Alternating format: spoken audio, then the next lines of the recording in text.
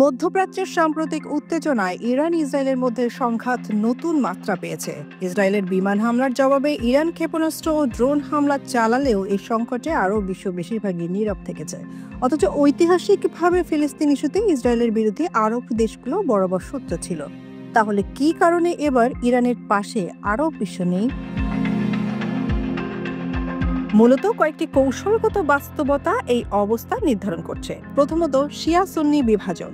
Iran হচ্ছে শিয়া সংখ্যাগরিষ্ঠ রাষ্ট্র, যেখানে সৌদি আরব সহ বেশিরভাগ আরব দেশ সুন্নি নেতৃত্বাধীন। ধর্মীয় মতভেদ দীর্ঘদিন ধরে ইরানের বিরুদ্ধে আরব বিশ্বের মনোভাবকে কঠিন করে তুলেছে।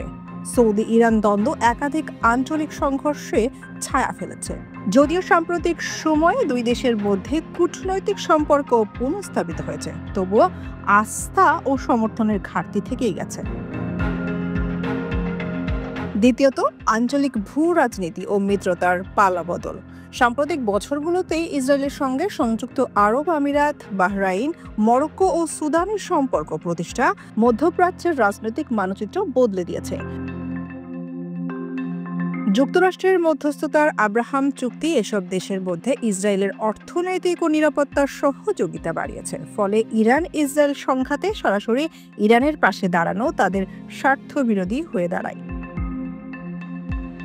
তৃতীয়ত, ইরানের আঞ্চলিক প্রভাব বিস্তারমূলক নীতি। হিজবুল্লাহ, হামাস, ইয়েমেনের হুতি বিদ্রোহীদের ইরানের সমর্থন বহু আরব দেশের নিরাপত্তার জন্য হুমকি। সৌদি আরব ইয়েমেনে হুতি বিদ্রোহের ভুক্তভোগী, ফলে ইরানকে তারা বিপজ্জনক প্রতিপক্ষ হিসেবেই দেখে।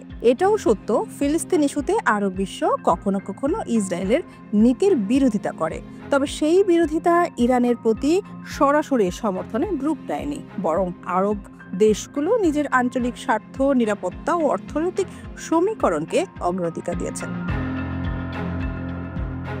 ইরান ইস্যুতে আরব বিশ্বের নীরবতা মূলত মধ্যপ্রাচ্যের নতুন বাস্তবতাকে তুলে ধরছে।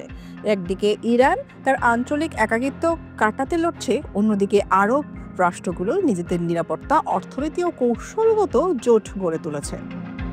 সব মিলিয়ে বলা যায়, বর্তমান ইরান ইসরায়েল উত্তেজনার প্রেক্ষাপটে আরব বিশ্বের নিরপেক্ষতা কৌশলগত হিসাব নিকাশেরই ফল। এক্ষেত্রে ধর্মীয় ঐক্যের চেয়ে ভূ রাজনৈতিক স্বার্থই বড় হয়ে উঠছে। সোনিয়া খান, খবর সংযোগ।